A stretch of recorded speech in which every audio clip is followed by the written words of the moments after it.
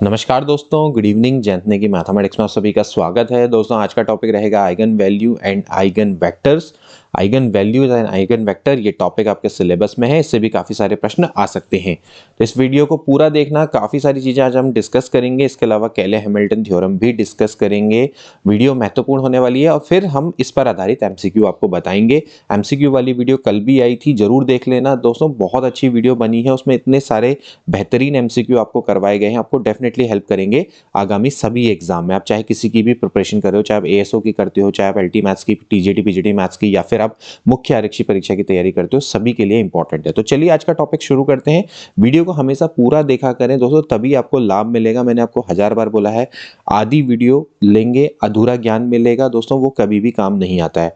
ज्ञान लेना है हमेशा पूरा लो, तभी जाके बेनिफिट मिलता है। ठीक है, तो हमेशा पूरी वीडियो देखो। टॉपिक शुरू करते हो तो हमेशा एंड तक देखो, तभी जाके दोस्तों बेनिफिट मिलेगा। इस वीडियो सभी के लिए, चाहे आपको आता है चाहे नहीं आता है।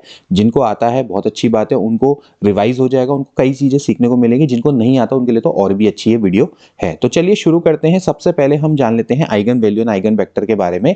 तो उसमें हम सबसे पहले हम जानेंगे वेक्टर के बारे में। ठीक है, यहाँ पर जो वेक्टर है दोस्तों, ये मैट्रिक्स के रिस्पेक्ट की बात हो रही है। ये मैट्रिक्स के रिस्पेक्ट में जो वेक्टर्स हैं उनके बारे में हम पढ़ रहे हैं। ठीक है, तो सबसे पहले हम वेक्टर से जानने से पहले हम पढ़ते हैं एन ट्यूपल।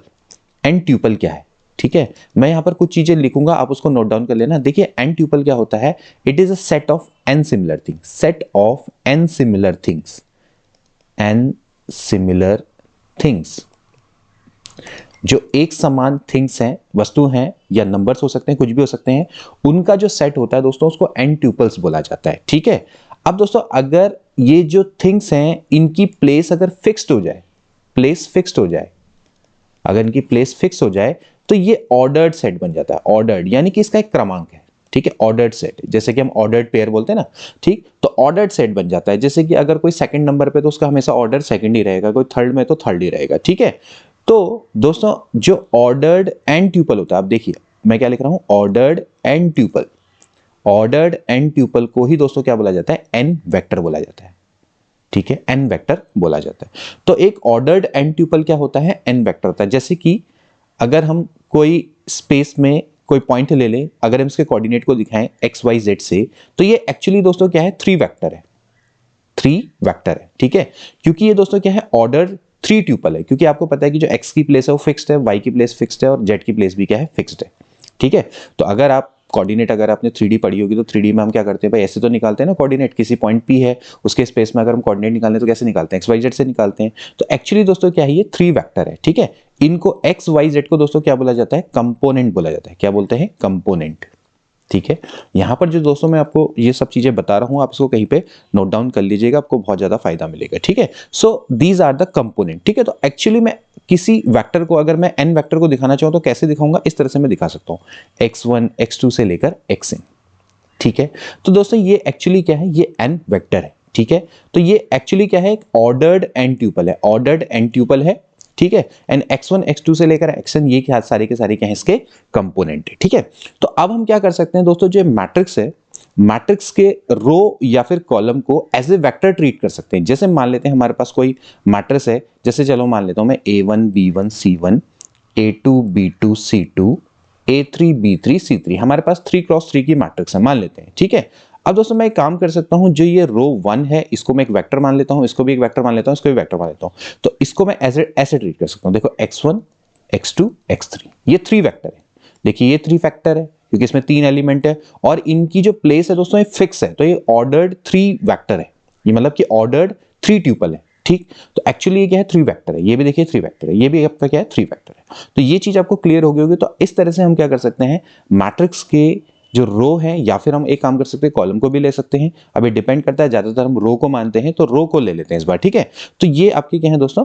ये है वेक्टर्स। तो आपको क्लियर हो गया होगा कि इसी तरह से हम जो मैट्रिक्स है, मैट्रिक्स के रो या कॉलम को एज ए वेक्टर हम यहाँ पर ट्रीट करेंगे। ठीक है, अब कुछ चीजें और टर्मिनोलॉजी हैं जो कि कभी कभार हो सकता है कि इनसे रिलेटेड प्रश्न आ जाए। सबसे ज्यादा प्रश्न हो सकता है कि linear independence and dependence of vector से आ सकता है। ठीक है, तो एक बार मैं काम करता हूं, पहले मैं इसको मिटा देता हूं।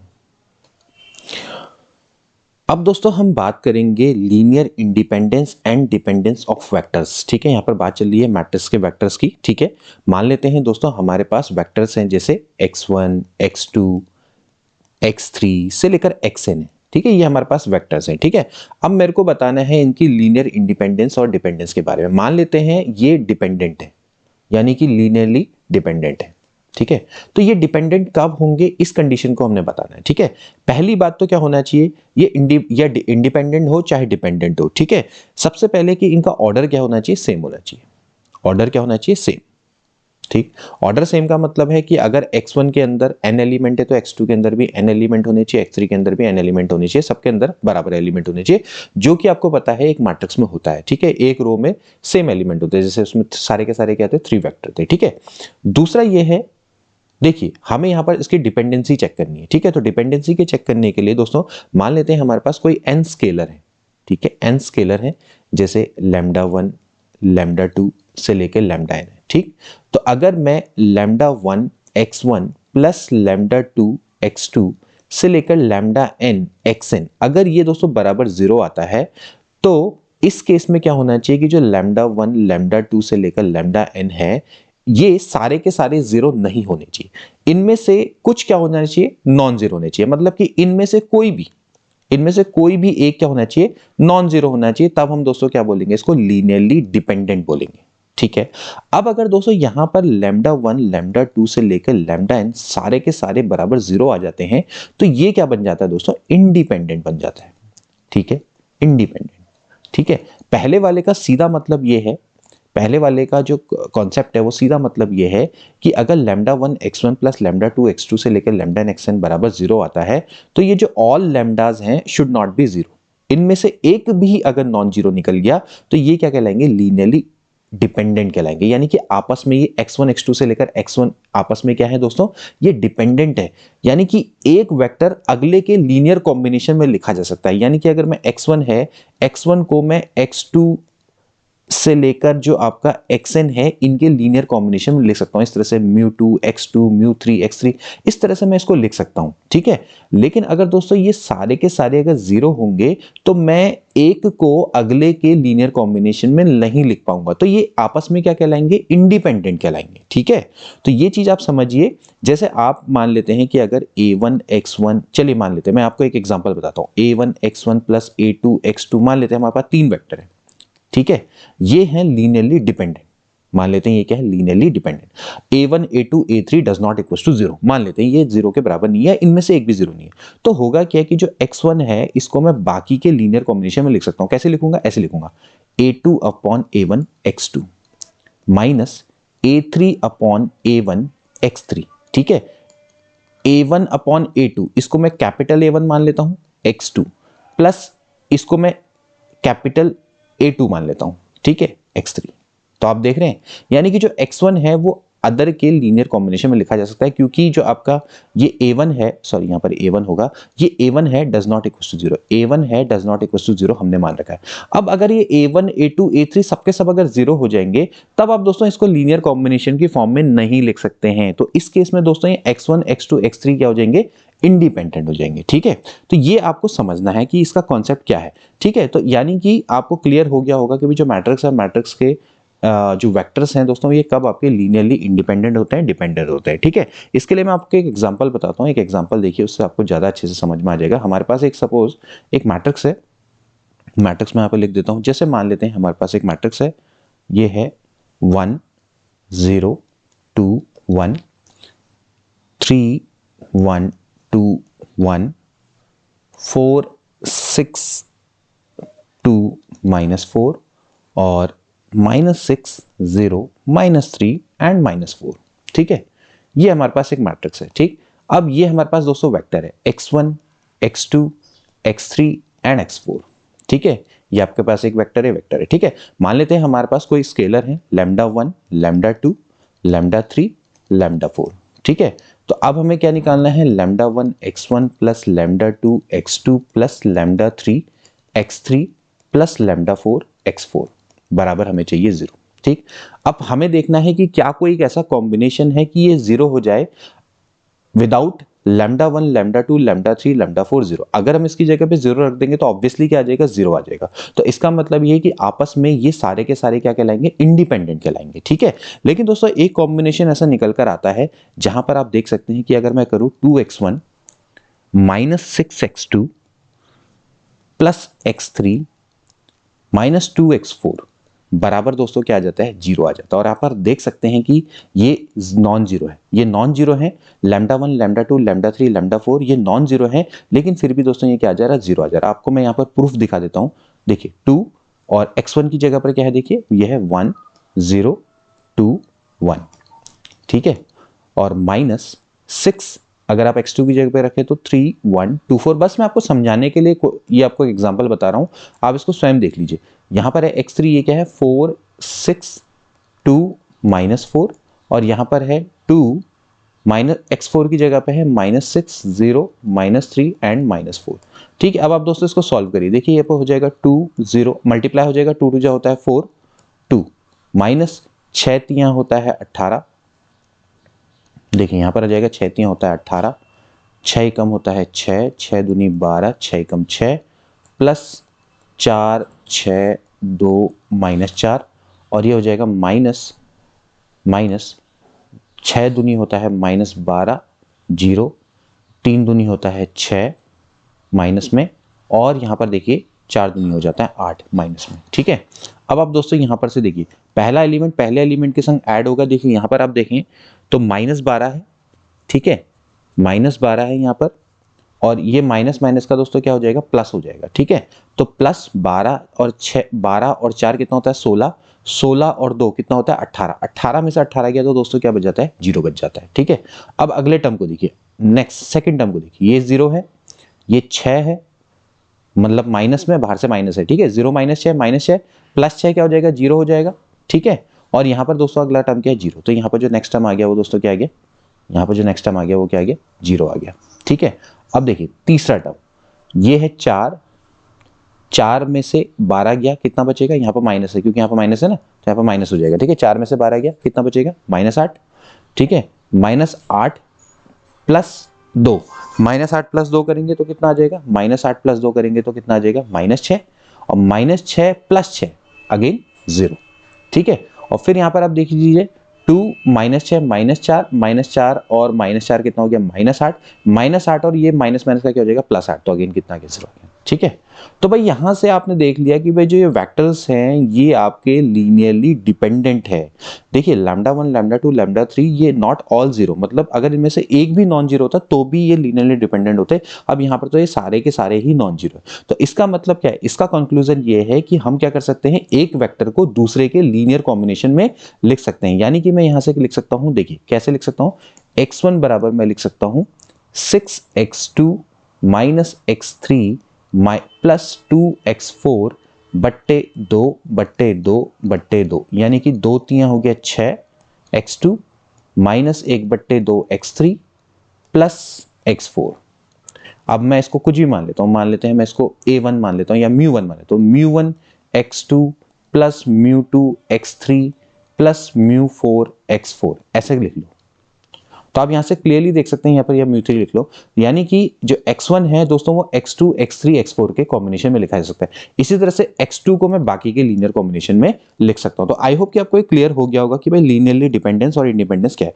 अगर ऐसा कोई भी कॉम्बिनेशन पॉसिबल नहीं होता तो लैम्डा 1 लैम्डा 2 लैम्डा 3 लैम्डा 4 क्या होते हैं, जीरो होते हैं और आपस में क्या होते, डिपेंडेंट होते हैं। अब दोस्तों अगर आप देखें तो ये मेथड बड़ी हेक्टिक है, तो आपको मैं एक ऐसी मेथड बताता हूं जिससे आप बहुत इजीली पता लगा सकते हैं कि ये लीनियरली डिपेंडेंट है या नहीं है। तो इसके लिए हम दोस्तों क्या करेंगे, फेमस रैंक मेथड का यूज करेंगे, ठीक है। तो रैंक मेथड की मदद से हम दोस्तों आसानी से पता लगा सकते हैं कि जो वेक्टर्स हैं ये आपस में लीनियरली डिपेंडेंस है या नहीं है। तो इसके लिए आपको कुछ रूल आपको ध्यान रखना पड़ेगा, ठीक है।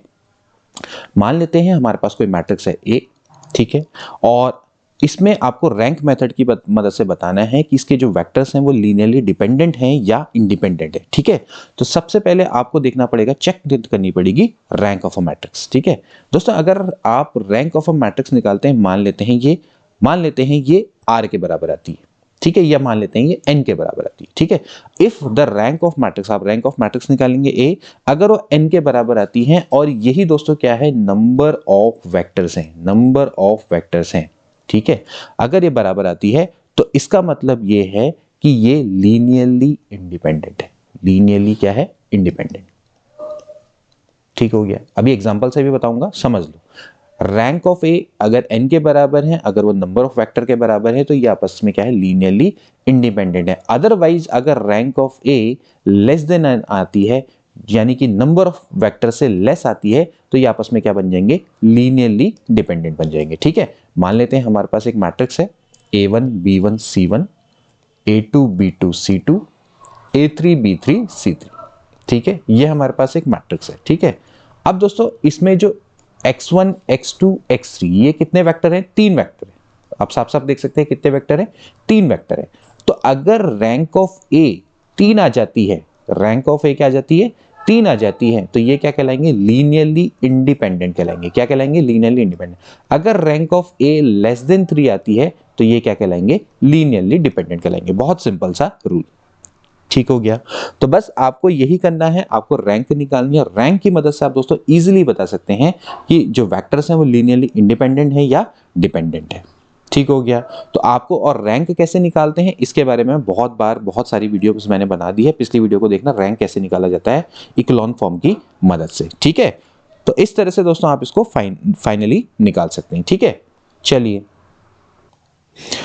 अब दोस्तों हम पढ़ेंगे eigen values and eigen vector के बारे में। ठीक है, अब मान लेते हैं हमारे पास system of equation of matrix के बारे में हम पढ़ते हुए आ रहे हैं। मान लेते हैं हमारे पास system of equation of matrix है A11 A12 से लेकर है A1n। ठीक है, इसी तरह से A21 A22 से लेकर है A2n।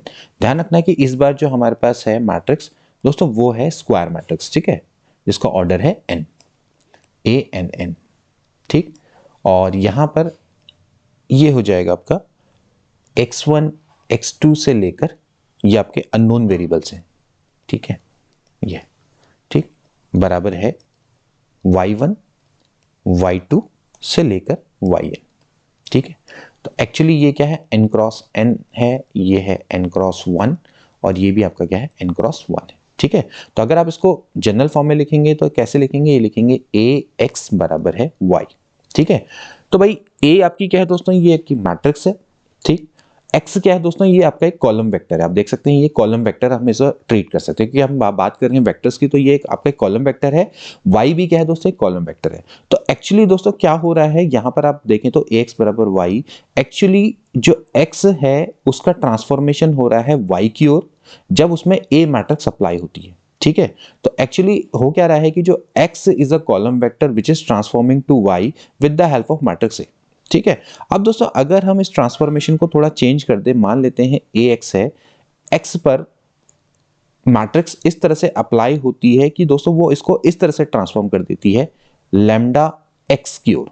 ठीक है, समझ रहे हैं, y की जगह पर अगर क्या हो जाए देखिए आप इसको बस इस तरह से समझिए, इस चीज को ये समझ लीजिए कि भाई आपके पास एक कॉलम वेक्टर है x, वो आपका ट्रांसफॉर्म हो रहा है कॉलम वेक्टर y की ओर with the help of matrix n cross n।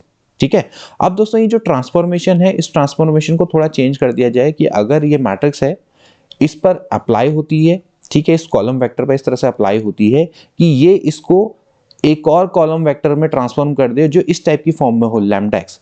ठीक है, तो यहां पर आगे क्या होगा, देखिए यहां से ये हो जाएगा, ठीक है, ax बराबर लैम्डा एक्स आ जाए, जहां पर लैम्डा क्या है, कोई स्केलर है। ठीक है, तो यहां से दोस्तों क्या हो जाएगा, मैं एक काम करता हूं, इसको मैं यहां पर ले आता हूं, ax माइनस ये हो जाएगा, देखिए लैम्डा x बराबर क्या हो जाएगा, नल मैट्रिक्स।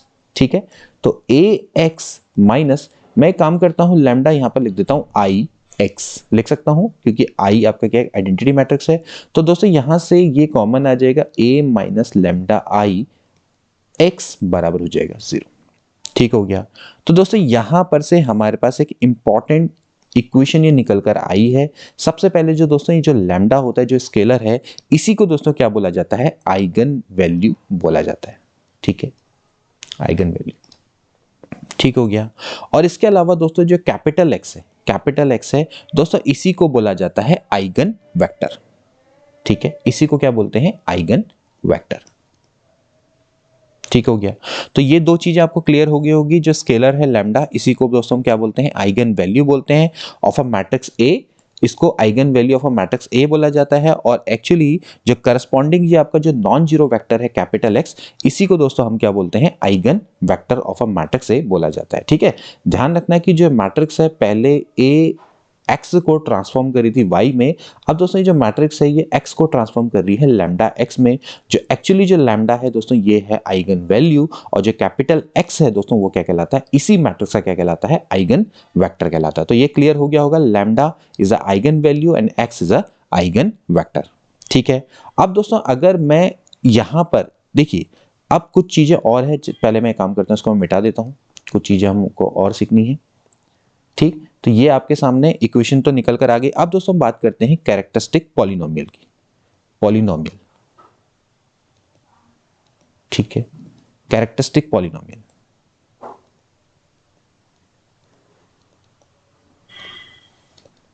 ठीक है, कैरेक्टरिस्टिक पॉलिनोमियल। कैरेक्टरिस्टिक पॉलिनोमियल क्या है, देखिए दोस्तों अभी हमारे पास a minus lambda I into x बराबर 0 की फॉर्म आई थी। ठीक है, अब दोस्तों मैं अगर यहां पर इस वाले पार्ट का डिटर्मिनेंट ले लूं, तो a माइनस लेमडा आई का अगर मैं दोस्तों डिटर्मिनेंट ले लूं, तो ये आपका क्या होता है, अगर मैं इसको एक्सपेंड करूं तो हमारे पास दोस्तों क्या मिलेगा, एक पॉलिनोमियल मिलेगा। ठीक है, पॉलिनोमियल मिलेगा, उसी को हम क्या बोलेंगे, कैरेक्टरिस्टिक पॉलिनोमियल बोलेंगे। ठीक हो गया, तो इसी को क्या बोला जाता है, a माइनस लेमडा आई को क्या बोलते हैं, कैरेक्टरिस्टिक पॉलिनोमियल। अब दोस्तों बात करते हैं कैरेक्टरिस्टिक इक्वेशन की, ये हमारे लिए ज्यादा इंपॉर्टेंट है, कैरेक्टरिस्टिक इक्वेशन।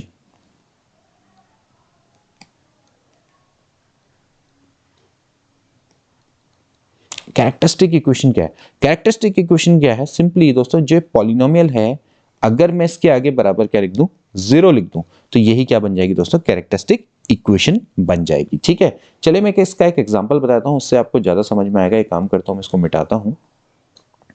तो देखिए मान लेते हैं हमारे पास कोई मैट्रिक्स है, a बराबर है 1 2 2 2 1 माइनस 2 2 माइनस 2 1। ठीक है, ये हमारे पास कोई इक्वेशन है दोस्तों। अब मुझे इसकी क्या करनी है, कैरेक्टरिस्टिक इक्वेशन निकालनी है। तो सबसे पहले मुझे क्या करना पड़ेगा, a माइनस लेमडा आई का डिटरमिनेंट निकालना पड़ेगा। ठीक है, तो एक्चुअली आपने क्या करना है, देखिए दोस्तों यहां पर है a तो आपके सामने दिख रहा है, आप क्या निकालिए, लेमडा आई निकालिए। ठीक है, चलो मैं एक काम करता हूं, इसको मिटाते हैं। तो बताइए, देखिए लैम्डा आई क्या हो जाएगा, लैम्डा लैम्डा आई का मतलब क्या है दोस्तों, कि आपने आई, आपको पता है मैट्रिक्स होती है आइडेंटिटी, तो जाएगा लैम्डा 0 0 0 लैम्डा 0 0 0 लैम्डा। ठीक हो गया, अब आपने क्या करना है दोस्तों, a माइनस लैम्डा आई निकालना है। ठीक है, तो बताइए क्या हो जाएगा, आपको क्या करना है, सिर्फ 1 माइनस हो जाएगा लैम्डा 2 2 2, यहां पर हो जाएगा 1 माइनस लैम्डा, ये भी हो जाएगा -2, और यहां पर हो जाएगा 2 -2 एंड 1 माइनस लैम्डा। ठीक है,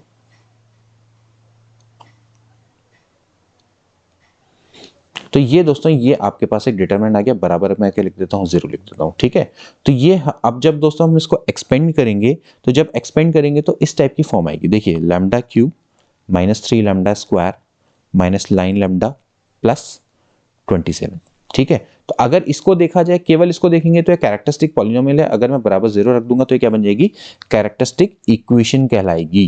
ठीक है, अब दोस्तों जो हमें लैम्डा की जो वैल्यू निकलेगी वही दोस्तों क्या कहलाएगी, आइगन वैल्यूज कहलाएगी। तो यहां पर दोस्तों लैम्डा की कितनी वैल्यू निकलेंगी, लैम्डा 1 लैम्डा 2 लैम्डा 3, क्योंकि आपके पास है 3 डिग्री की इक्वेशन है, तो यानी कि 3 लैम्डा की दोस्तों वैल्यू निकलेंगी, तो यही क्या कहलाती है, आइगन वैल्यू कहलाती है। ठीक है, इसको हम आइगन वैल्यू लेटेंट रूट भी बोलते हैं या कैरेक्टरिस्टिक रूट भी बोलते हैं। ठीक है, अगर आप देखा जाए तो इसको कैसे निकालेंगे, देखिए मैं यहीं पर आपको सॉल्व करके बताता हूं कि अगर आप इसका निकालना चाहेंगे तो कैसे निकलेगा। ये हो जाएगा, देखिए लैम्डा -3 का स्क्वायर इंटू लैम्डा +3 बराबर क्या है, 0 है। ठीक है, तो आप क्लियरली यहां पर से देख सकते हैं कि जो लैम्डा की वैल्यू है वो आ जाएगी 3 3 और -3।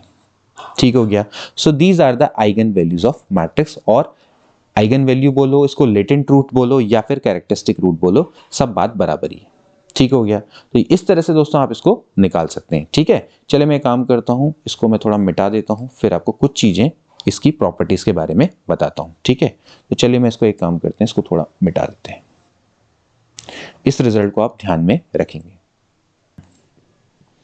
अब दोस्तों हम बात करेंगे प्रॉपर्टीज ऑफ आइगन वैल्यूज की। देखिए अभी हमने आइगन वैल्यूज यहाँ पर निकाली है और इसी से मैं आपको इसकी कुछ प्रॉपर्टीज बताऊंगा। देखिए सबसे पहले आप देखिए जो सम ऑफ आइगन वैल्यूज हैं, जैसे हमारी ये आइगन वैल्यू यहाँ पर निकली है λ1 λ2 λ3। अगर हम दोस्तों इनका सम निकालेंगे, अगर हम इनका सम निकालेंगे तो दोस्तों ये एक्चुअली ट्रेस ऑफ मैट्रिक्स के बराबर होता है। ठीक है, अब हो सकता है आइगन वैल्यू आपकी लैम्डा n तक हो, तो वो किसके बराबर होता है? Trace of a matrix. पहली प्रॉपर्टी ध्यान रखना है हमेशा। आप देख सकते हैं यहाँ पर अगर आप इनका सम करेंगे, आपके सामने एग्जांपल मैंने इसीलिए रखा है ये, देखिए 3 + 3 - 3, अगर आप इसका सम करेंगे तो एक्चुअली किसके बराबर है? 3 के। और आप देखिए ट्रेस ऑफ मैट्रिक्स एक्चुअली क्या होता है? जो डायगोनल एलिमेंट्स होते हैं उनका सम, ये जो लीडिंग डायगोनल के एलिमेंट होते हैं उनका सम। तो 1 + 1 + 1 एक्चुअली वो भी किसके बराबर आ रहा है? 3 के बराबर आ रहा है। तो ध्यान रखना है कि λ1 + λ2 + λ3 से लेकर λn एक्चुअली क्या होता है? ट्रेस ऑफ ए के बराबर होता है। ठीक है, इसके बाद अब चलो मैं इसको मिटा देता हूं, अगली प्रॉपर्टी आपको बताता हूं। देखिए नेक्स्ट प्रॉपर्टी है, आप इसको नोट डाउन कर लीजिएगा। जो नेक्स्ट प्रॉपर्टी है दोस्तों वो ये कहती है कि कोई भी आपकी स्क्वायर मैट्रिक्स है ए और उसके ट्रांसपोज, ठीक है, इनमें हमेशा क्या होती है? सेम आइगन वैल्यू होती है। ठीक है, दोनों की जो आइगन वैल्यूज होती हैं वो क्या होती हैं? सेम होती है। ठीक है, तीसरा जो कि बड़ा इंपॉर्टेंट रूल है, इसको आप नोट डाउन कर लीजिएगा। देखिए अगर आप प्रोडक्ट ऑफ आइगन वैल्यूज निकालते हैं, मान लेते हैं कोई मैट्रिक्स है उसके आइगन वैल्यू λ1 से लेकर λn तक हैं, तो दोस्तों जो इसकी आइगन वैल्यू का प्रोडक्ट होता है वो डिटर्मिनेंट ऑफ ए के बराबर होता है। बहुत इंपॉर्टेंट रूल। ठीक है, तो जैसे अभी हमने दोस्तों निकाली थी, हमारे पास आइगन वैल्यू क्या क्या आई थी? λ1 λ2 λ3, ये 3 आई थी, ये -3 थी, ये 3 थी। ठीक है, इसी तरह से वैल्यू थी। तो दोस्तों अगर हम इनका प्रोडक्ट करेंगे, ठीक है, 3 × 9 9 × 27 -27, तो एक्चुअली ये क्या होगा? डिटर्मिनेंट ऑफ ए के बराबर होगा। आप चेक कर सकते हैं, जो अभी हमने पहला वाला एग्जांपल निकाला था उसको आप अगर आप सॉल्व करेंगे, उसका डिटर्मिनेंट निकालेंगे तो उसकी वैल्यू क्या होगी? -27 के बराबर। तो एक और बहुत इंपॉर्टेंट नियम, the product of eigen values of any matrix is equals to the determinant of given matrix. ठीक हो गया। इसके अलावा एक और नियम जो कि जनरल नियम है, मान लेते हैं λ1 λ2 से लेकर λn आइगन वैल्यूज हैं ए की। ठीक है, तो ए की पावर m की आइगन वैल्यूज क्या हो जाएंगी? ये हो जाएगी λ1 की पावर m, λ2 की पावर m, λn की पावर m। ठीक हो गया, यानी कि अगर आप उसका एक्सपोनेंट निकालेंगे तो वो उसी के बराबर हो जाएंगे। ठीक है, इसी तरह से के ए की अगर मैट्रिक्स है, अगर आप उसको किसी स्केलर से मल्टीप्लाई कर देते हैं तो उसकी आइगन वैल्यू क्या होगी? उसकी आइगन वैल्यू हो जाएगी k λ1 k λ2 से लेके k λn, k λn। ठीक है, इसी तरह से आप क्या कर सकते हैं? ए इनवर्स की भी निकाल सकते हैं, जैसे कि हमने बताया कि λ1 λ2 से लेकर λn ए की आइगन वैल्यूज हैं, तो ए इनवर्स की क्या हो जाएगी? ए इनवर्स की क्या हो जाएगी? 1/λ1 1/λ2 से लेकर 1/λn। ठीक हो गया। तो अगर एक मैट्रिक्स है, ये ए है, ए की आइगन वैल्यू 3 -3 और 3 है, तो ए इनवर्स की क्या हो जाएंगी दोस्तों? ये हो जाएगी 1/3 -1/3 और 1/3। ठीक है, अगर आपको ए की पावर 3 की आइगन वैल्यू निकालनी है, ए की आइगन वैल्यू कितनी है? ये है, तो ए की पावर 3 की क्या हो जाएगी? 3 की पावर 3 -3 की पावर 3 और 3 की पावर 3, तो यानी कि कितना हो जाएगा? 27 -27 और 27। ऐसे करके दोस्तों आप निकाल सकते हैं। इन रूल्स का आप ध्यान रखें। इसी तरह से अगर आपको 4a की निकालनी है, यहाँ पर a है और आपको 4a की निकालनी है, तो कितनी हो जाएगी भाई? 4 × 12 -4 × 12 4 × 12। ऐसे करके आप इस रूल को समझ लीजिए। ठीक है, अब दोस्तों कुछ चीजें हैं जो कि आप नोट करेंगे और मैं यहाँ पर एक एक करके लिखते हुए चले जाऊंगा। दोस्तों ये भी कुछ इंपॉर्टेंट रिजल्ट्स हैं जिनको कि आप याद करेंगे तो आपको मदद मिलेगी आगामी एग्जाम में, अदरवाइज आप सोचते रह जाएंगे वहां पर। ठीक है, तो यहाँ पर मैं एक एक करके आपको कई चीजें बताते हुए चले जाऊंगा, आप उसको बिल्कुल एज इट इज लिख लेंगे, कहीं पर कॉपी में नोट डाउन कर लेंगे। ठीक है, MCQ में मदद मिलेगी आपको। देखिए मान लेते हैं ए एंड पी दो स्क्वायर मैट्रिक्स हैं, ये दोनों की दोनों आपकी क्या है? स्क्वायर मैट्रिक्स हैं। ठीक है, स्क्वायर मैट्रिक्स है और P इन्वर्टेबल है। अगर P इन्वर्टेबल है तो P इनवर्स क्या करेगा? एग्जिस्ट करेगा। ठीक है, P इन्वर्टेबल है तो P इनवर्स एग्जिस्ट करेगा। तो आपको दोस्तों यहां पर P inverse AP P inverse A B की जो आइगन वैल्यू होगी दोस्तों वो A के आइगन वैल्यू के बराबर होंगी। ठीक हो गया। तो P inverse A P have same eigen value, इन दोनों पे क्या होंगी, सेम आइगन वैल्यूज होंगे। आप इसी तरह से नोट कर सकते हैं। ठीक है, तो यहां पर ये पहला नियम हो गया। ठीक, तो पहला नियम आपको क्लियर हो गया होगा कि अगर A और B, A एंड P दो आपकी स्क्वायर मैट्रिक्स है और P इनवर्स अगर एग्जिस्ट करता है तो P इनवर्स AP और A है, इन दोनों की सेम आइगन वैल्यू होती है। ठीक है, इसी का थोड़ा सा एक और नियम मान लेते हैं A एंड B आपके पास दो स्क्वायर मैट्रिक्स हैं। ध्यान रहिए कि दोनों के दोनों क्या है, स्क्वायर मैट्रिक्स हैं। ठीक है, और मान लेते हैं कि A and B both are invertible. ठीक है, या फिर A इन्वर्टेबल है तो A इनवर्स क्या करेगा, एग्जिस्ट करेगा। A इनवर्स क्या करेगा, एग्जिस्ट करेगा। तो सिमिलरली A इनवर्स B निकालेंगे, या अगर हम B A इनवर्स निकालेंगे तो इन दोनों की क्या होंगी, सेम आइगन वैल्यूज होंगी। ठीक है, सेम आइगन वैल्यूज होंगी। ठीक है, B A इनवर्स B और B इनवर्स A की सेम आइगन वैल्यू होगी। ठीक है, तीसरा नियम। ठीक, मान लेते हैं कि A एंड B फिर से आपके पास दो क्या हैं, स्क्वायर मैट्रिक्स हैं। ठीक है, तो then AB and BA have same eigen values. ठीक हो गया। A एंड B फिर से आपकी क्या है, स्क्वायर मैट्रिक्स है। ध्यान रखना कि स्क्वायर मैट्रिक्स हैं तो AB एंड BA की क्या होती है, सेम आइगन वैल्यूज होती हैं। इनको आप दोस्तों नोट डाउन कर लेना, बहुत इंपॉर्टेंट है ये सारे के सारे नियम। ठीक है, अगला देखिए दोस्तों, अगर A एक मैट्रिक्स है, अगर वो दोस्तों सिंगुलर, तो अगर एक मैट्रिक्स एक सिंगुलर है तो उसकी आइगन वैल्यू दोस्तों क्या होती है, 0 होती है। ठीक है, बहुत इजीली आप निकाल सकते हैं। देखिए, अगर एक मैट्रिक्स है, अगर वो सिंगुलर है तो उसकी आइगन वैल्यूज क्या होती है दोस्तों, 0 होती है। ठीक है, देखिए अभी मैंने आपको बताया था कि जो आइगन वैल्यू का प्रोडक्ट होता है, आइगन वैल्यू का दोस्तों जो प्रोडक्ट होता है वो डिटर्मिनेंट ऑफ A के बराबर होता है। तो अगर एक मैट्रिक्स है वो सिंगुलर है तो इसका मतलब उसका डिटर्मिनेंट 0 होगा। तो the product of eigen values क्या हो जाएगा, 0 हो जाएगा। तो प्रोडक्ट ऑफ आइगन वैल्यूज 0 का मतलब यह है कि आपकी जो इसकी प्रोडक्ट है आइगन वैल्यूज का, आपको क्या करना पड़ेगा, 0 के बराबर हो जाएगा। ठीक है दोस्तों, तो इसका मतलब क्या है कि इनमें से एक भी आइगन वैल्यू आपकी क्या हो सकती है, 0 हो सकती है। ठीक है, तो ध्यान रखना कि एक मैट्रिक्स अगर सिंगुलर है तो उसकी एक आइगन वैल्यू हमेशा क्या होगी, 0 होगी। ठीक है, तो यहां पर से आप देख सकते हैं कि एक आइगन वैल्यू तो डेफिनेटली इसकी क्या होगी, 0 के बराबर होगी। अदरवाइज इसका प्रोडक्ट क्या हो सकता है, 0 के बराबर नहीं होगा, क्योंकि आपको पता है नॉन जीरो नंबर का प्रोडक्ट कभी भी 0 के बराबर नहीं होता। तो यहां से क्लियरली होगा कि इसकी आइगन वैल्यू क्या होगी, एक आइगन वैल्यू क्या होगी, 0 के बराबर होगी। सारी आइगन वैल्यू की बात नहीं हो रही है, सारी आइगन वैल्यू भी 0 हो सकती है, लेकिन एटलीस्ट एक आइगन वैल्यू तो क्या होगी, 0 होगी। ठीक है, इसके बाद अगला नियम देख लेते हैं। देखिए, मान लेते हैं आपके पास ट्रायंगुलर मैट्रिक्स है, ट्रायंगुलर मैट्रिक्स। ठीक है, ट्रायंगुलर मैट्रिक्स आपको याद होगी दो तरह की होती है, एक अपर ट्रायंगुलर होती है, एक लोअर ट्रायंगुलर होती है। ठीक है, मैंने आपको बताया था। तो जो upper triangular lower triangular matrix के जो डायगोनल एलिमेंट होते हैं, डायगोनल के जो एलिमेंट्स होते हैं दोस्तों, वही क्या होते हैं, उसकी आइगन वैल्यूज होती हैं, वही उसकी क्या होती हैं, आइगन वैल्यूज होती हैं। क्लियर हो गया। तो जो डायगोनल के एलिमेंट्स होते हैं दोस्तों, वही उसकी आइगन वैल्यू होती हैं, याद रखना। ठीक है, तो eigen value of triangular matrix are just diagonal elements of matrix. अगला नियम दोस्तों, जो कि बिल्कुल आपने नोट डाउन कर लेने हैं सारे के सारे, क्योंकि ये इनसे रिलेटेड प्रश्न आएंगे। ठीक है, मान लेते हैं लैम्डा आइगन वैल्यू है ऑर्थोगोनल मैट्रिक्स की, ऑर्थोगोनल मैट्रिक्स। ठीक है, तो अगर लैम्डा ऑर्थोगोनल मैट्रिक्स की आइगन वैल्यू है तो 1 अपॉन लैम्डा भी उसकी आइगन वैल्यू होगी। ठीक है, जैसे ऑर्थोगोनल मैट्रिक्स आपको याद हो तो A इंटू A ट्रांसपोज क्या होता है, I के बराबर होता है। यानी कि जो A ट्रांसपोज है जब A इनवर्स का काम करता है तो उसको ऑर्थोगोनल मैट्रिक्स बोलते हैं। तो अगर लैम्डा आइगन वैल्यू मान लें 2 अगर आइगन वैल्यू है तो 1 अपॉन 2 भी उसकी आइगन वैल्यू होगी। ठीक है, इन सारे नियमों को आप एक एक करके लिखते हुए चले आना। ठीक है, इसके बाद देखिए जो हर्मिशन मैट्रिक्स होती है, हर्मिशन याद होगा, मैंने आपको हर्मिशन मैट्रिक्स बताई थी, हर्मिशन मैट्रिक्स। ठीक है, हर्मिशन मैट्रिक्स के दोस्तों आइगन वैल्यू हमेशा रियल होती है। ठीक है, जो हर्मिशन मैट्रिक्स होती है दोस्तों, उसकी आइगन वैल्यूज क्या होती हैं, हमेशा क्या होती है, रियल होती हैं, वो कभी भी इमेजिनरी नहीं होती हैं।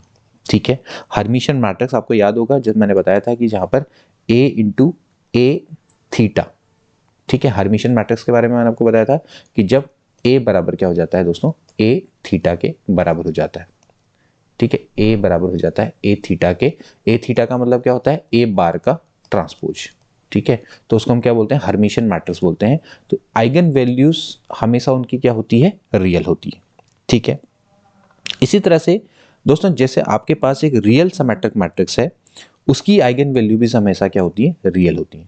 Real symmetric matrix, symmetric matrix, real symmetric matrix का मतलब है कि जहां पर ए का ट्रांसपोज क्या होता है, ए के बराबर होता है, उसको हम क्या बोलते हैं, सिमेट्रिक मैट्रिक्स बोलते हैं, ठीक है। तो एक रियल सिमेट्रिक मैट्रिक्स का मतलब है कि उसके अंदर के सारे एलिमेंट क्या होंगे, रियल होंगे। तो दोस्तों उसकी आइगन वैल्यूज भी दोस्तों क्या होगी, हमेशा क्या होगी, उसके आइगन वैल्यूज भी क्या होंगे, रियल होंगे, ठीक है। ध्यान रखना कि इसके भी क्या होते हैं, सारी आइगन वैल्यूज क्या होती हैं, रियल होती हैं, ठीक हो गया। रियल सिमेट्रिक मैट्रिक्स की आइगन वैल्यूज क्या होती हैं, रियल होती हैं, ठीक हो गया। अगला केस, ये सारे के सारे केस मैं यहाँ पर लिखे जा रहा हूँ, सारे के सारे इंपॉर्टेंट केस हैं, ठीक है। ये रिजल्ट निकले हैं, उनसे रिलेटेड हम करते हुए चले आ रहे हैं, ठीक है। इसके बाद दोस्तों अगला है skew Hermitian. Skew Hermitian, Hermitian, skew Hermitian matrix के केस में क्या हो सकता है दोस्तों, कि जो इसकी आइगन वैल्यू है या तो आइदरली जीरो होती हैं या फिर प्योरली इमेजिनरी होती हैं, ठीक है। नोट डाउन कर लेना, ठीक है। स्क्यू हर्मिशियन मैट्रिक्स आपको याद होगा कि a की पावर थीटा अगर माइनस ऑफ a के बराबर हो जाए तो उसको हम क्या बोलते हैं, स्क्यू हर्मिशियन मैट्रिक्स बोलते हैं। तो इसकी आइगन वैल्यूज, इसकी आइगन वैल्यूज दोस्तों या तो जीरो होंगी या फिर प्योरली इमेजिनरी होंगी, मतलब कि i 2i 3i minus i इस टाइप की फॉर्म में होंगी। तो या तो जीरो होंगी या फिर क्या होंगी, प्योरली इमेजिनरी होंगी, ठीक है। इसके बाद अगला देखिए, eigen values of idempotent matrix is either 0 और 1, ठीक है। आइडम्पोटेंट मैट्रिक्स याद है दोस्तों, आइडम्पोटेंट मैट्रिक्स क्या होती थी, a की पावर 2 बराबर a होती है। तो ऐसी जो मैट्रिक्स है, इसकी आइगन वैल्यू, इसकी आइगन वैल्यूज दोस्तों क्या होती हैं, या तो 0 होगी या तो 1 होगी। आइडम्पोटेंट, मैं यहां पर लिख देता हूं आइडम्पोटेंट, आइडम्पोटेंट, ठीक है। अब दोस्तों यहीं से एक रिजल्ट मैं और बताता हूं, nilpotent, nilpotent, nilpotent matrix. Nilpotent matrix क्या होता है, जहां पर a की पावर स्क्वायर करते तो क्या आ जाता है, नल मैट्रिक्स आती है। इसकी आइगन वैल्यू हमेशा क्या होती है दोस्तों, 0 होती है। इसकी आइगन वैल्यूज क्या होती हैं, 0।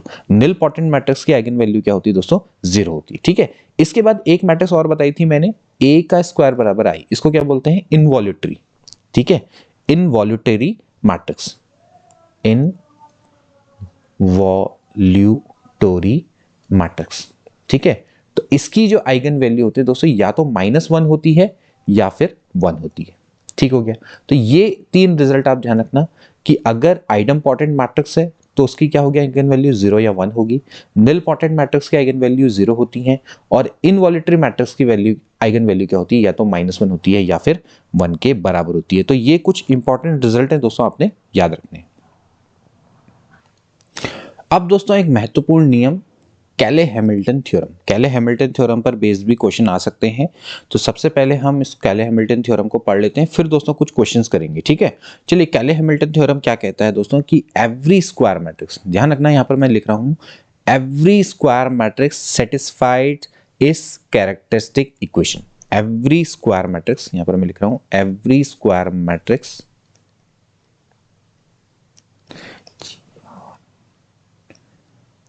satisfies its characteristic equation, ठीक है दोस्तों। तो every square matrix satisfy it's characteristic equation, ठीक है। मान लेते हैं हमारे पास एक मैट्रिक्स है A, तो अगर इसकी कैरेक्टरिस्टिक इक्वेशन आपको याद होगा A माइनस लैम्डा आई होती है, बराबर क्या होता है, 0, ठीक है।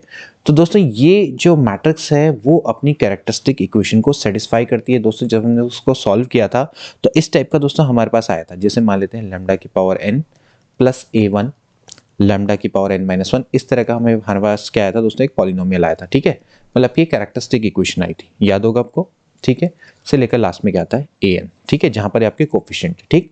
तो दोस्तों जो ये बराबर अगर 0 आता है तो रूल ये कहता है कि जो स्क्वायर मैट्रिक्स है वो इसको सेटिस्फाई करती है। अगर इसको सेटिस्फाई करती है तो लैम्डा की जगह पर हम दोस्तों क्या कर सकते हैं, ए रख सकते हैं। तो ए की power n plus a1 lambda, sorry ये हो जाएगा a की power n minus one plus a2 a की पावर n माइनस टू से लेकर ये हो जाएगा an तक बराबर 0। तो दोस्तों यही है रूल। रूल ये है कि जो स्क्वायर मैट्रिक्स होती है वो हमेशा अपनी कैरेक्टरिस्टिक इक्वेशन को सेटिस्फाई करती है। यहाँ पर दोस्तों क्या आ जाएगा, अब क्योंकि ये यहाँ पर एक मैट्रिक्स की फॉर्म आ गई तो यहाँ पर क्या आना चाहिए, आई आना चाहिए, ठीक है, क्योंकि ये an तो खाली क्या है, नंबर है ना, तो आप इसको मैट्रिक्स में कन्वर्ट करेंगे, ठीक है, तो an इंटू आई आ जाएगा। तो ये दोस्तों है आपका केले हैमिल्टन थ्योरम। बहुत सिंपल सा थ्योरम है, समझ में आ गया होगा। जैसे कि फॉर एग्जाम्पल मैं आपके सामने एक एग्जाम्पल दिखाता हूँ। मेरे पास एक मैट्रिक्स है A और ये है 4 3 1 और 2 1 माइनस 2 1 2 1, ठीक है। अब दोस्तों हमें क्या करना है, केले हैमिल्टन थ्योरम की मदद से क्या हो जाएगा, देखिए a माइनस लैम्डा आई, यानी कि आप किसकी क्या निकालेंगे, कैरेक्टरिस्टिक इक्वेशन निकालेंगे। कैसे निकालते हैं, यहाँ पर क्या हो जाएगा 4 माइनस लैम्डा 3 1, कुछ नहीं करना होता है, बस जो डायगोनल एलिमेंट होते हैं वहां पर से माइनस लैम्डा कर दो। ये जो डायगोनल एलिमेंट है ना, इसमें माइनस लैम्डा कर दो, ठीक है, माइनस 2, ये हो जाएगा 1 2 और ये हो जाएगा 1 माइनस लैम्डा, ठीक है। अब दोस्तों इसको खोलेंगे, यहाँ पर मैं आपको पूरा खोलने की प्रोसेस नहीं बता रहा, उसको जब खोलेंगे तो आपके पास इस टाइप की इक्वेशन आएगी, lambda cube minus 6 lambda square plus 6 lambda minus 11 बराबर 0, ठीक हो गया। तो ये तो आपके पास आ गई इक्वेशन, ठीक है। कौन सी वाली आई, ये आई आपके पास कैरेक्टरिस्टिक इक्वेशन आई। अब केले हैमिल्टन थ्योरम ये कहता है कि जो मैट्रिक्स है, स्क्वायर मैट्रिक्स है, ये आपके पास दिख रहा है 3 क्रॉस 3 की मैट्रिक्स है, ये इसको क्या करेगी, सेटिस्फाई करेगी। यानी कि हम लैम्डा की जगह पे क्या रख सकते हैं, ए रख सकते हैं। ए का क्यूब माइनस 6a का square plus 6a minus 11i बराबर 0, ठीक हो गया। अब आपके पास क्वेश्चन ये आ सकता है कि आपको ऐसे कैरेक्टरिस्टिक इक्वेशन निकाली और देन आपको ए इनवर्स की वैल्यू निकालनी है। तो आप ए इनवर्स को कैसे निकालेंगे, आपके पास ऑप्शन दिए हो सकते हैं, ठीक है। तो ए इनवर्स क्या हो जाएगा बताइए, आप क्या करेंगे, ए इनवर्स से प्री मल्टीप्लाई कर देंगे। तो मैंने आपको बताया था ए इनवर्स से प्री मल्टीप्लाई करेंगे तो यहाँ पर क्या आ जाएगा 6i आ जाएगा माइनस 11 ए इनवर्स बराबर 0, ठीक है। तो यहाँ से 11 ए इनवर्स बराबर हो जाएगा ए square minus 6a plus 6i, ठीक है। तो a इनवर्स बराबर आपका कितना आ गया, 1/11 a square minus 6a plus 6i, ठीक हो गया। तो ऐसे करके दोस्तों आप a इनवर्स को यहां से फाइंड आउट कर सकते हैं, ठीक है। हो सकता है कि आपके पास ऑप्शन में ऐसा ही ऑप्शन आ गया, ठीक है, और विद द हेल्प ऑफ केले हैमिल्टन थ्योरम आप आसानी से इसको निकाल सकते हैं, ठीक है। आपको हो सकता है कि भाई a बराबर इतना दिया हो और आपसे कह दिया हो देन a इनवर्स बराबर क्या होगा, ये आपको a मैट्रिक्स ऐसे दी हो और आपको बोले कि a इनवर्स क्या होगा, आपके सामने इस तरह के 4 ऑप्शन बना के दे दिए। तो आप क्या करेंगे दोस्तों, आप कुछ नहीं करेंगे, आप क्या करेंगे, यहाँ पर इसकी कैरेक्टरिस्टिक इक्वेशन निकालेंगे और फिर आप केले हैमिल्टन थ्योरम का यूज करके इसको निकालेंगे। अदरवाइज वैसे निकालेंगे तो ये तो बहुत ही बड़ा सरदर्द है ना। तो आप इस तरह से इसको निकाल सकते हैं। तो आई होप कि आपको ये क्लियर हो गया होगा कि किस तरह से इन क्वेश्चंस को किया जाता है, ठीक है। अब कुछ क्वेश्चन करवाते हैं। वैसे वीडियो थोड़ा लंबी हो चुकी है लेकिन कोई बात नहीं, आज थोड़ा सा मान लीजिए 65 मिनट की वीडियो आज बना देते हैं, फिर आपको एक ही वीडियो में फ़ायदा पहुंचा देते हैं। फिर नेक्स्ट में हम सीधे एमसीक्यू करेंगे, नेक्स्ट वीडियो के लिए कुछ भी नहीं रोकते हैं, ठीक है। अब दोस्तों हम एक क्वेश्चन करने का प्रयास करते हैं। देखिए हमारे पास एक मैट्रिक्स है ए बराबर दी हुई आपको मैट्रिक्स, इसकी हमें eigen values and eigen vector निकालने हैं, ठीक है। तो सबसे पहले दोस्तों हमारा पहला स्टेप क्या रहेगा, हम निकालेंगे ए माइनस लैम्डा आई बराबर 0, ठीक है। यहाँ से क्या होगा, चलिए यहाँ पर से इसको सॉल्व करते हैं। ये हो जाएगा -2 माइनस लैम्डा 2 माइनस 3 2, यहाँ पर हो जाएगा 1 minus lambda -6 -1 -2 and 0 minus lambda, ठीक है दोस्तों। अब आप इसको खोल दीजिए। देखिए आप इसको सिंपली ओपन करिए, कैसे खोलते हैं आपको पता होगा। यहाँ पर से क्या हो जाएगा भाई -2 माइनस लैम्डा, ठीक, और आप इसको खोलेंगे तो ये हो जाएगा भाई 1 minus lambda into minus lambda minus का 6 2 जा कितना हो जाएगा 12 हो जाएगा, ठीक है। 6 2 जा हो जाना है 12, ठीक। तो यहाँ पर दोस्तों क्या हो जाएगा, ये हो जाएगा -12 के बराबर। देखिए फिर दोस्तों इसके बाद यहाँ पर क्या हो जाएगा -2 हो जाएगा। आप यहाँ पर से इसको इस तरह से काट लीजिए। देखिए हो जाएगा -2 ऑफ लैम्डा, माइनस माइनस का आपका कितना हो जाएगा प्लस, लेकिन फिर से यहाँ पर क्या आ जाना है माइनस आ जाना है, ठीक है। फिर हो जाएगा -3, इसको सॉल्व करिए। देखिए हो जाएगा -4 माइनस का यहाँ पर चलो प्लस हो जाएगा, 1 माइनस लैम्डा हो जाएगा, ठीक है, बराबर 0, ठीक है। अब इसको सॉल्व करना है, देखिए इसको सॉल्व करिए। -2 माइनस लैम्डा, अगेन यहाँ पर ये हो जाएगा भाई minus lambda plus lambda square, -12 minus, ये चलो प्लस मान लो, ठीक है, 4 लैम्डा प्लस 6 दूनी होता है 12, 3 चक्को जब 12 हो जाएगा, प्लस सॉरी -3 प्लस 3 लैम्डा बराबर 0, ठीक है दोस्तों। तो अब आप इसको सॉल्व कर लेना, मैं यहाँ पर एक काम करता हूँ क्योंकि समय भी बहुत कम बचेगा, ठीक है, तो मैं एक काम करता हूँ इसको सीधे डायरेक्टली आपको सॉल्व करके बताता हूँ, ठीक है दोस्तों। तो यहाँ पर जब आप इसको दोस्तों सॉल्व करेंगे तो आपके पास इस तरह से आएगा lambda cube plus lambda square -21 lambda -45 बराबर 0, ठीक है। आप इसको दोस्तों सॉल्व कर लेना, ठीक है। अब इसके हम दोस्तों फैक्टर करेंगे, फैक्टर करके ये आ रहा है लैम्डा प्लस 3, ठीक है, फैक्टर इतना सब तो आपको आता ही होगा करना, लैम्डा प्लस 3 और लैम्डा -5 बराबर हो जाएगा 0, ठीक है। तो एक्चुअली दोस्तों जो इसकी आइगन वैल्यू है वो दोस्तों कितनी आ रही है, -3 और 5, ठीक हो गया। तो आइगन वैल्यू से आपकी निकल कर आ गई, ठीक है, तो आपको आइगन वैल्यूज तो मिल गई, ठीक है। अब दोस्तों हमें निकालने हैं इसके करस्पॉन्डिंग आइगन वेक्टर, ठीक है, आइगन सॉरी यहाँ पर है आइगन, हमें निकालने हैं वेक्टर्स, ठीक है। तो एक एक करके दोस्तों हम आइगन वेक्टर्स निकालते चलेंगे। मैंने आपको बताया था कि जो आइगन वेक्टर होता है वो कैसे निकालते हैं दोस्तों, a minus lambda i into x बराबर 0, ऐसे निकालते हैं।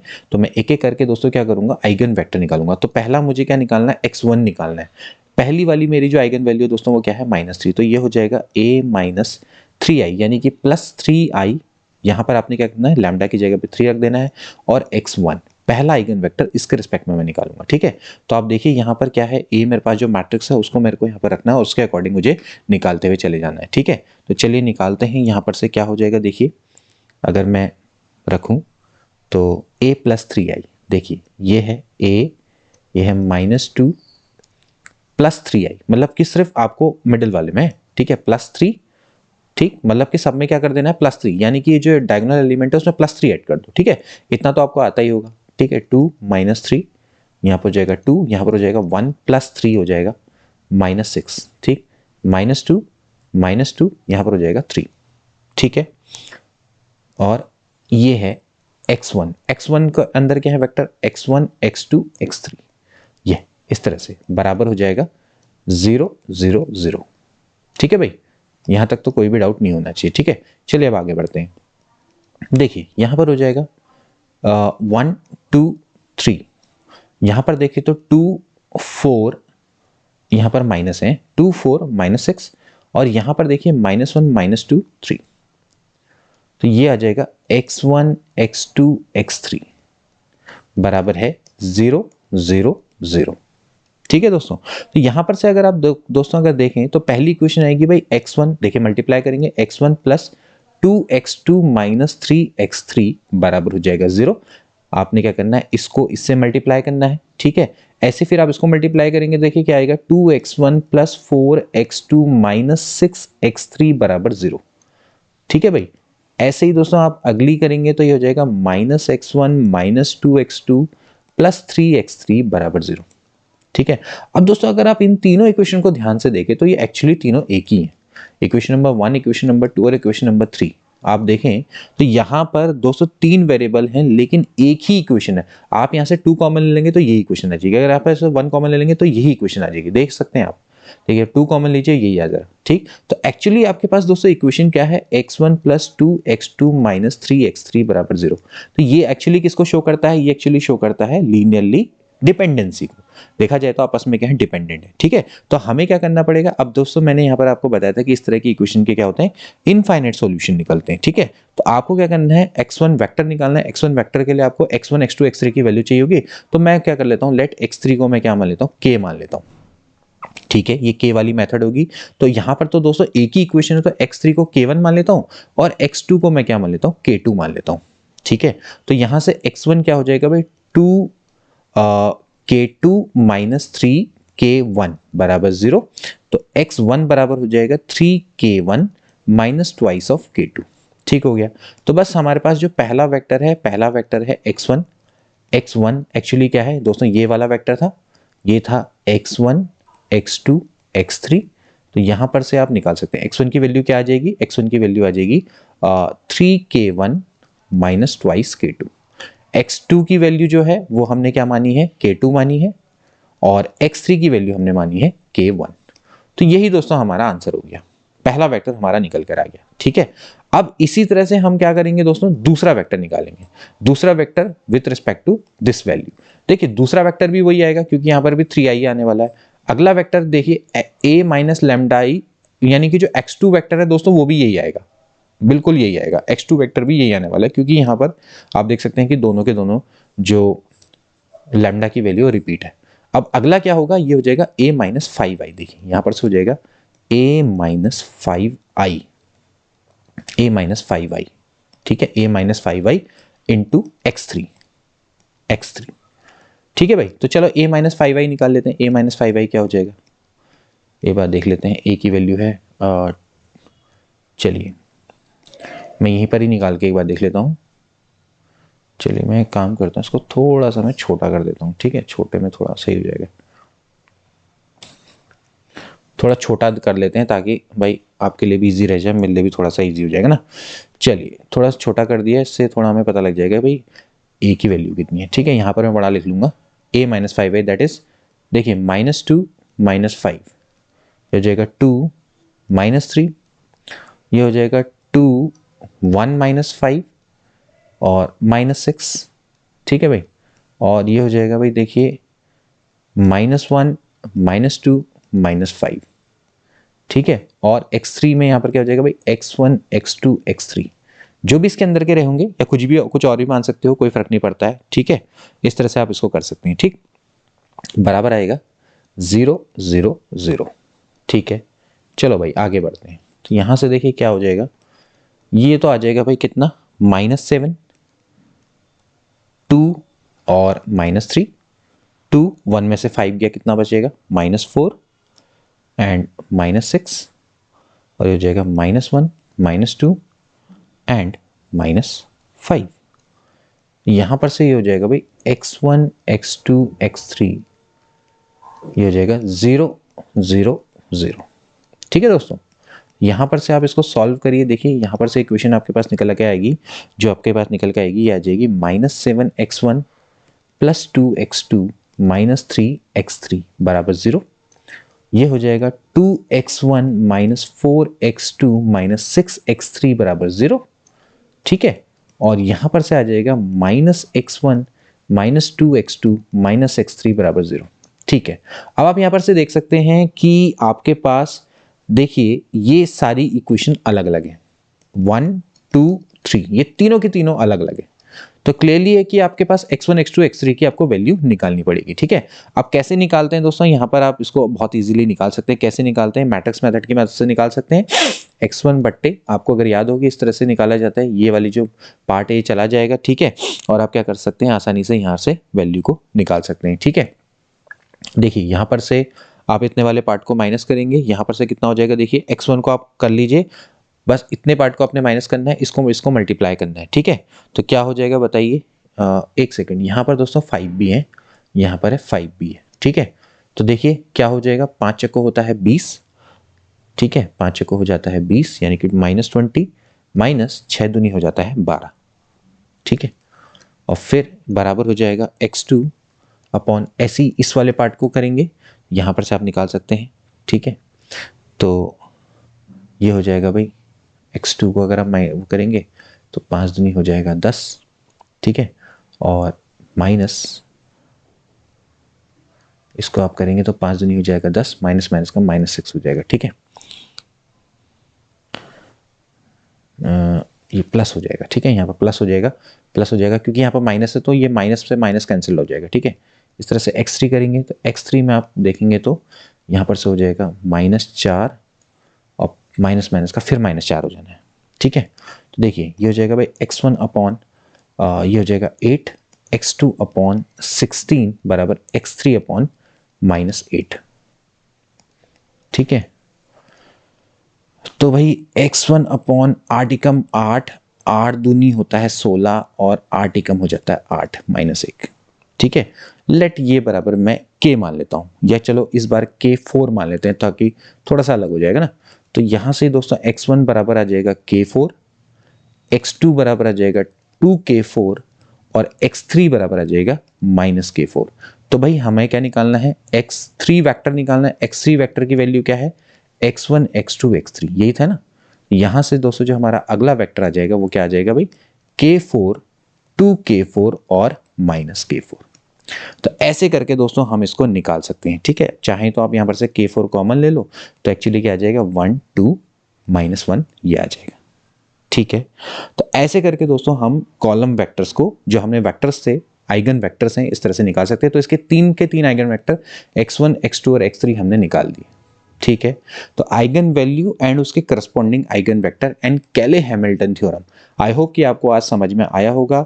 आज की वीडियो वैसे थोड़ा लंबी होगी, लेकिन फिर भी आपको काफ़ी सारी चीज़ें आज क्लियर हो चुकी होंगी। अब इस पर बेस कुछ एमसीक्यू बनाएंगे।